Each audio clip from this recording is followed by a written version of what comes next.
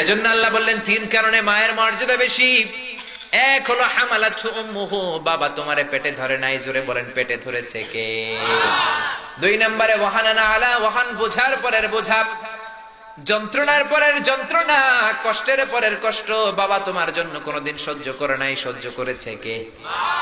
আপনি যখন 4 মাসের বাচ্চা, মায়ের পেটে এক ধরনের চিনচিনে ব্যথা, আপনার বয়স যখন 6 মাস আর এক ধরনের ব্যথা, আপনার বয়স যখন আপনার মায়ের পেটে 7 মাস, বিশাল একটা বস্তার মতো হয়ে গিয়েছিল মায়ের পেটটা, কোন ঠিক কিনা?